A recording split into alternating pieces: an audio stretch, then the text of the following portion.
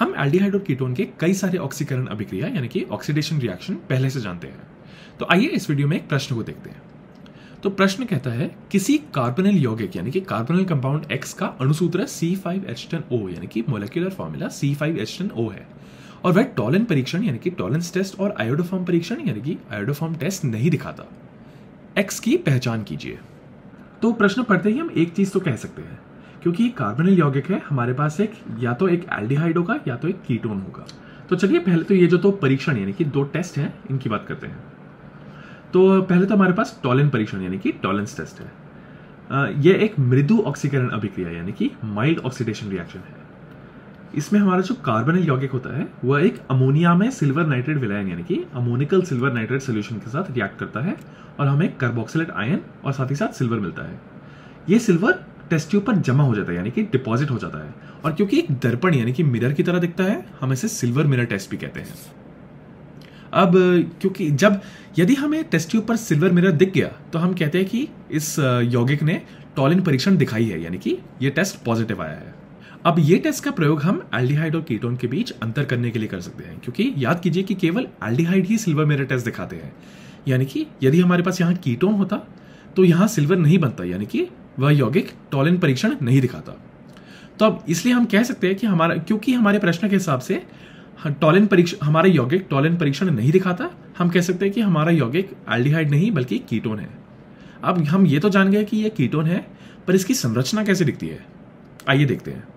तो संरचना के बारे में जानने के लिए हम आयोडोफॉर्म टेस्ट का उपयोग कर सकते हैं और आयोडोफॉर्म टेस्ट हमें मेथिल कीटोन या फिर एथेनॉल के बारे में जानकारी देता है।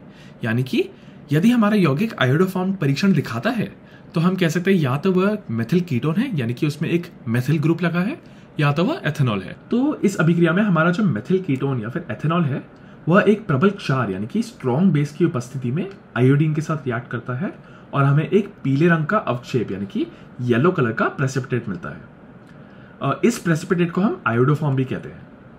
तो यदि हमारा यौगिक इस अभिक्रिया में एक पीले रंग का अवक्षेप दे रहा है हम कहते हैं कि इस आयोडोफॉर्म परीक्षण का परिणाम पॉजिटिव आता है यानी कि हमारा यौगिक आयोडोफॉर्म परीक्षण दिखाता है।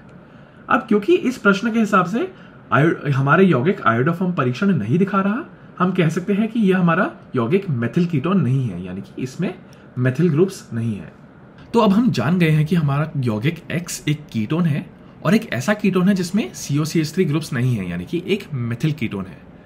तो क्या सिर्फ ये जानकारी से हम इस यौगिक की संरचना बता सकते हैं? चलिए देखते हैं। तो अब हम जानते हैं कि कीटोन में कम से कम 3 कार्बन होते हैं, तो हम उन्हें यहाँ बना लेते हैं और साथ में कार्बोनिल ग्रुप भी बना लेते हैं। अब हमारे अणुसूत्र के हिसाब से हमारे पास 5 कार्बन है यानी कि हमारे पास इस संरचना में 2 और कार्बन जुड़ेंगे। अब 2 और कार्बन जोड़ने की हमारे पास कितनी संभावनाएं हैं?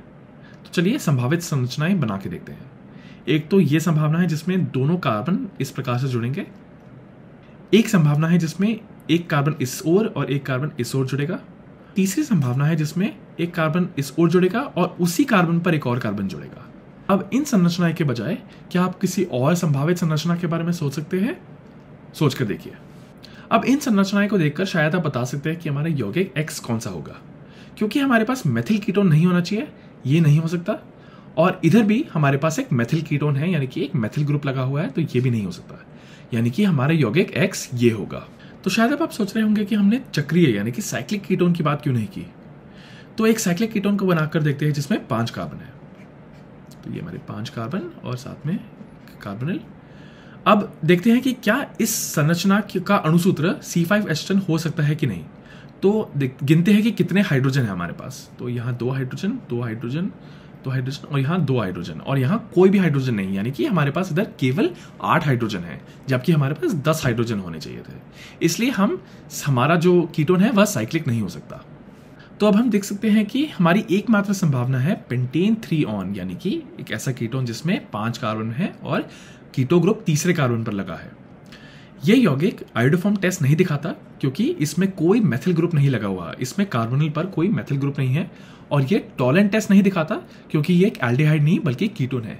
तो ये एक ऐसा कीटोन है जिसका अणुसूत्र C5H10O है, टॉलन परीक्षण नहीं दिखाता और साथ ही साथ आयोडोफॉर्म परीक्षण भी नहीं दिखाता।